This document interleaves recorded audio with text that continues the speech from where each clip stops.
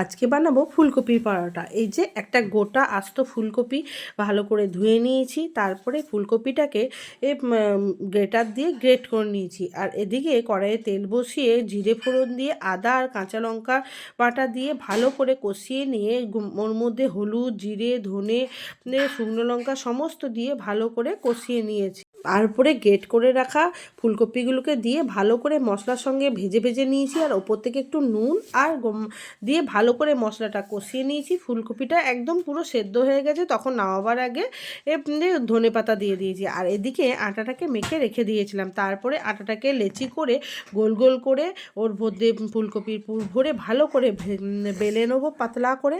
তারপরে সেটা করে তাওয়ার মধ্যে দিয়ে ভালো করে সেঁকে নেবো। ব্যাস রেডি ফুলকপির পরোটা।